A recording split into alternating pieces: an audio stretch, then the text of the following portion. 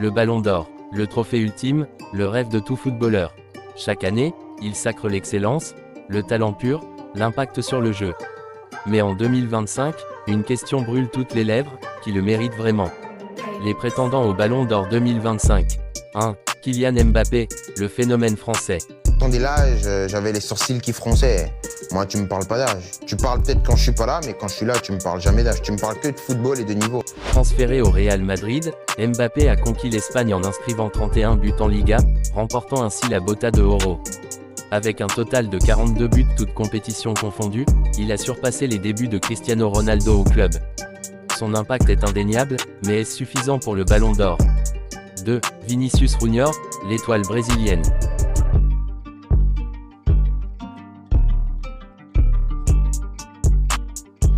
Avec 24 buts en 38 matchs, Vinicius a été élu meilleur joueur de la Ligue des Champions, marquant 6 buts et délivrant 5 passes décisives en 10 rencontres. Malgré cela, il a terminé deuxième du Ballon d'Or 2024, derrière Rodri.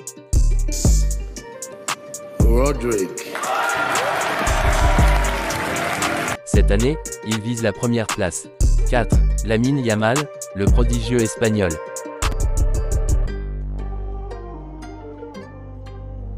À seulement 17 ans, Yamal a remporté l'Euro 2024 avec l'Espagne, étant nommé jeune joueur du tournoi. Avec 13 buts et 18 passes décisives cette saison, il est le moteur du Barça, en lice pour un triplé historique. S'il l'emporte, il deviendrait le plus jeune lauréat de l'histoire. 4. Rafinha, la révélation brésilienne.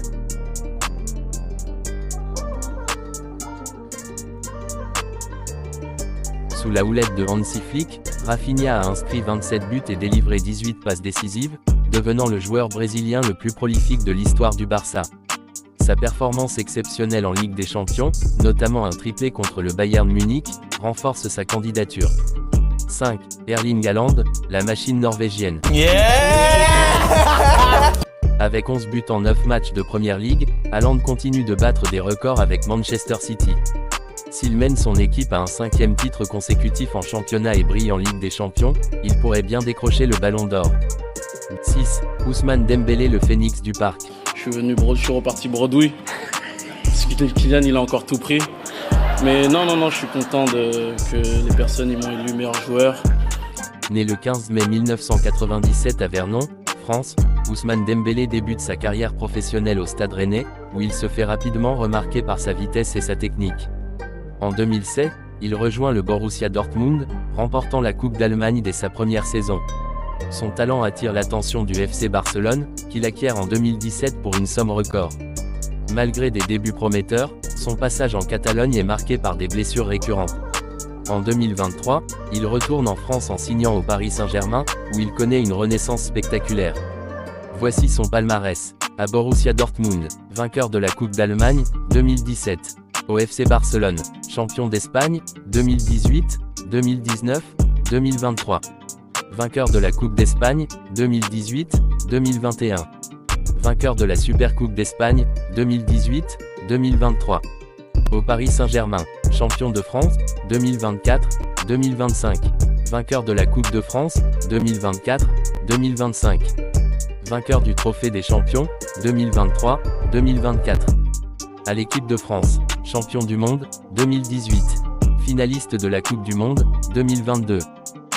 Chaque candidat a des arguments solides.